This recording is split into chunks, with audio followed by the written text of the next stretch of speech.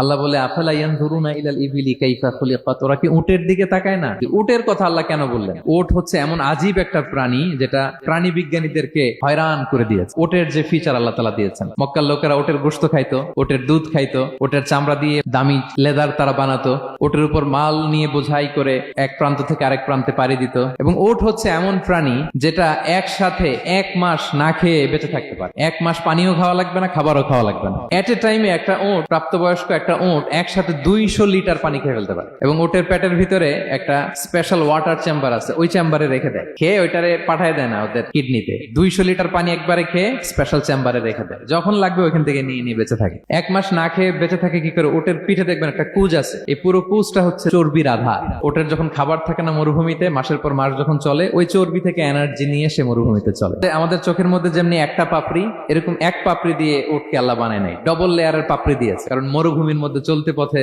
লু হাওয়া থাকবে, মরুভূমির সাইমুম, বালুর ঝড়, এই ঝড় মোকাবেলার জন্য, লু হাওয়া মোকাবেলার জন্য ডবল লেয়ারের চোখের পর্দা। একটা পর্দা ফেলে রাখে আর একটা খুলে সে হাঁটতে থাকে, তার কিছুই হয় না। সুবহানাল্লাহ। এবং মরুভূমির মধ্যে যে ক্যাকটাস আছে, গুলমলতা, বড় বড় কাঁটা জাতীয় গাছ, যেই কাঁটা পৃথিবীর কোনো প্রাণী খেতে পারবে না, কিন্তু একটা উট অনায়াসে খেয়ে ফেলতে পারে। উটের জিহ্বাকে এবং পাকস্থলীকে আল্লাহ এমন স্পেশালি মেড করেছেন, যত কাঁটা দিবেন খেয়ে সাবার, ওর কিছুই হয় না। আরে উটকে নিয়ে গবেষণা করলে তো উটের মালিককে খুঁজে পায় তারা।